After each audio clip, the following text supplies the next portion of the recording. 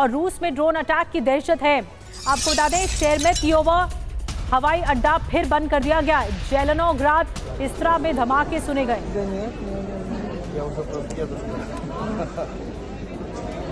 और इस बीच रूस पर सख्त प्रतिबंधों की तैयारी में यूएस है। अमेरिका भी लामबंद हो गया।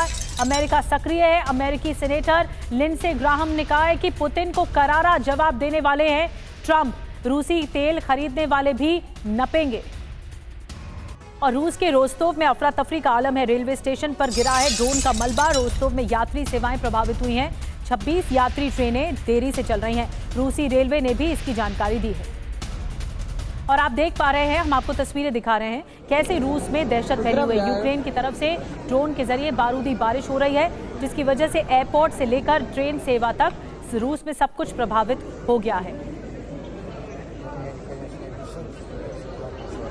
और मनीष, हम देख पा रहे हैं कि कैसे रूस के कई एयरपोर्ट्स बंद कर दिए गए हैं। मैं डाल तू पात पात, यही स्ट्रैटेजी शायद अपनाई जा रही है। रूस ने ड्रोन अटैक किया तो यूक्रेन भी ड्रोन अटैक कर रहा है। यूक्रेन की भी कुछ ऐसी हालत है, जितने भी यात्री हैं वो सबवे में शरण ले रहे हैं, तो दूसरी तरफ रूस में भी एक तरह से दहशत है इस तरह की।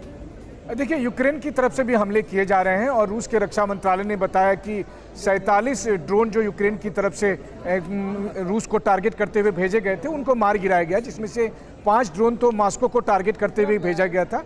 और मॉस्को के मेयर ने कहा है कि उनको बाहर ही इंगेज करके नष्ट कर दिया गया। लेकिन हाँ, जिस वक्त वो ड्रोन भेजे गए और फिर एयर डिफेंस सिस्टम का इस्तेमाल किया गया, उस वक्त एहतियात के तौर पर जो फ्लाइट है उसकी आवाजाही बंद कर दी गई थी और उस समय एयरपोर्ट का कामकाज भी बंद कर दिया गया था। तो जाहिर है कि इस तरह का कामकाज प्रभावित हो रहा है, एयरपोर्ट का संचालन भी प्रभावित हो रहा है और यूक्रेन की तरफ से भी कोई कमी रखी नहीं गई है। हमने देखा है कि बीच बीच में यूक्रेन ने भी ड्रोन के जरिए बड़े हमले का अंजाम दिया है, जिसमें से एक जून को हुआ था, जब 5 के 5 एयरबेस को, जहां पर TU-95 जैसे बमवर्षक विमान रखे गए थे, उनको टारगेट किया गया था। तो यूक्रेन की तरफ से भी लगातार कोशिश की जा रही है। असल बात यह है कि रूस और यूक्रेन का युद्ध एक ड्रोन वॉरफेयर के तौर पर पूरी दुनिया में देखा जा रहा है और दोनों ही देश ड्रोन का बखूबी इस्तेमाल कर रहे हैं। बिल्कुल मनीष, ये नया वॉरफेयर है और ये नया युद्ध का मैदान है और इसीलिए ड्रोन से हमले तेज हो गए दोनों मुल्कों की ओर से, यूक्रेन से भी और रूस से भी।